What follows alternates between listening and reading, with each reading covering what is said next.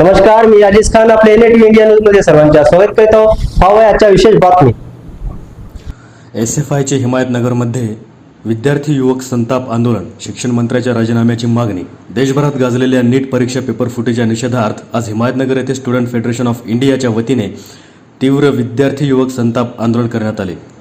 लाखो विद्यार्थ्यांच्या भविष्याशी खेळणाऱ्या या गैरव्यवहारामुळे देशाच्या शिक्षण व्यवस्थेवर गंभीर प्रश्नचिन्ह निर्माण झाले असून संतप्त विद्यार्थ्यांनी प्रशासनाचा तीव्र निषेध केला.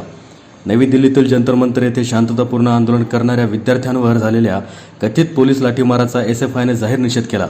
नीट पेपर फुटी प्रकरणाची निष्पक्ष आणि कालमर्यादित चौकशी व्हावी, पेपर फुटीतील सर्व दोषींवर तातडीने कठोर कायदेशीर कारवाई करण्यात यावी, केंद्रीय शिक्षण मंत्री धर्मेंद्र प्रधान यांनी नैतिक जबाबदारी स्वीकारून तात्काळ राजीनामा द्यावा अशा मागण्या करण्यात आल्या. या आंदोलनामध्ये मोठ्या संख्येने विद्यार्थी, युवक आणि SFIचे पदाधिकारी उपस्थित होते.